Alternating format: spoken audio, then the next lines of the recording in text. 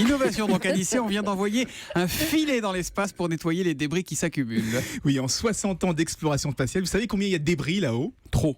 100 millions, on estime à 100 millions. Donc pour éviter une catastrophe ce week-end, l'agence spatiale japonaise a envoyé une fusée avec à bord un filet géant, 700 mètres de long, 30 cm de large, de quoi attraper les débris, les ralentir et les dévier suffisamment pour qu'ils tombent et finissent par se consumer dans l'atmosphère Mais terrestre. c'est quoi ces débris exactement là, 100 Il millions y a un peu de tout, hein. Il y a des satellites abandonnés, des morceaux de fusée, des restes de collisions, il y a même des brosses à dents et des clés à molette perdues par des astronautes.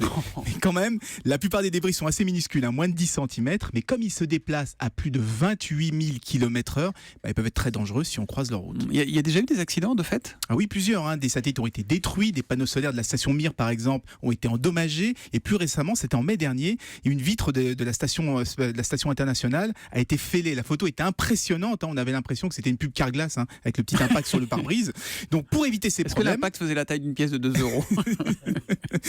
C'est pour éviter ces problèmes, on a mis en place une surveillance des débris les plus gros, et pour les autres, qu'est-ce qu'on fait ? On blinde les engins spatiaux et désormais on essaie de les attraper avec un filet. C'est une bonne idée, ça va être surprenant quand vous êtes dans la...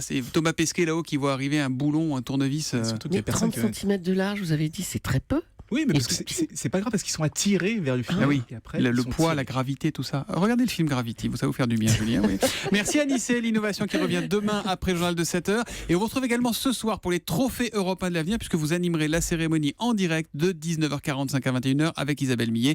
Cérémonie que vous pourrez suivre évidemment sur Europe 1. Donc à ce soir à Nice.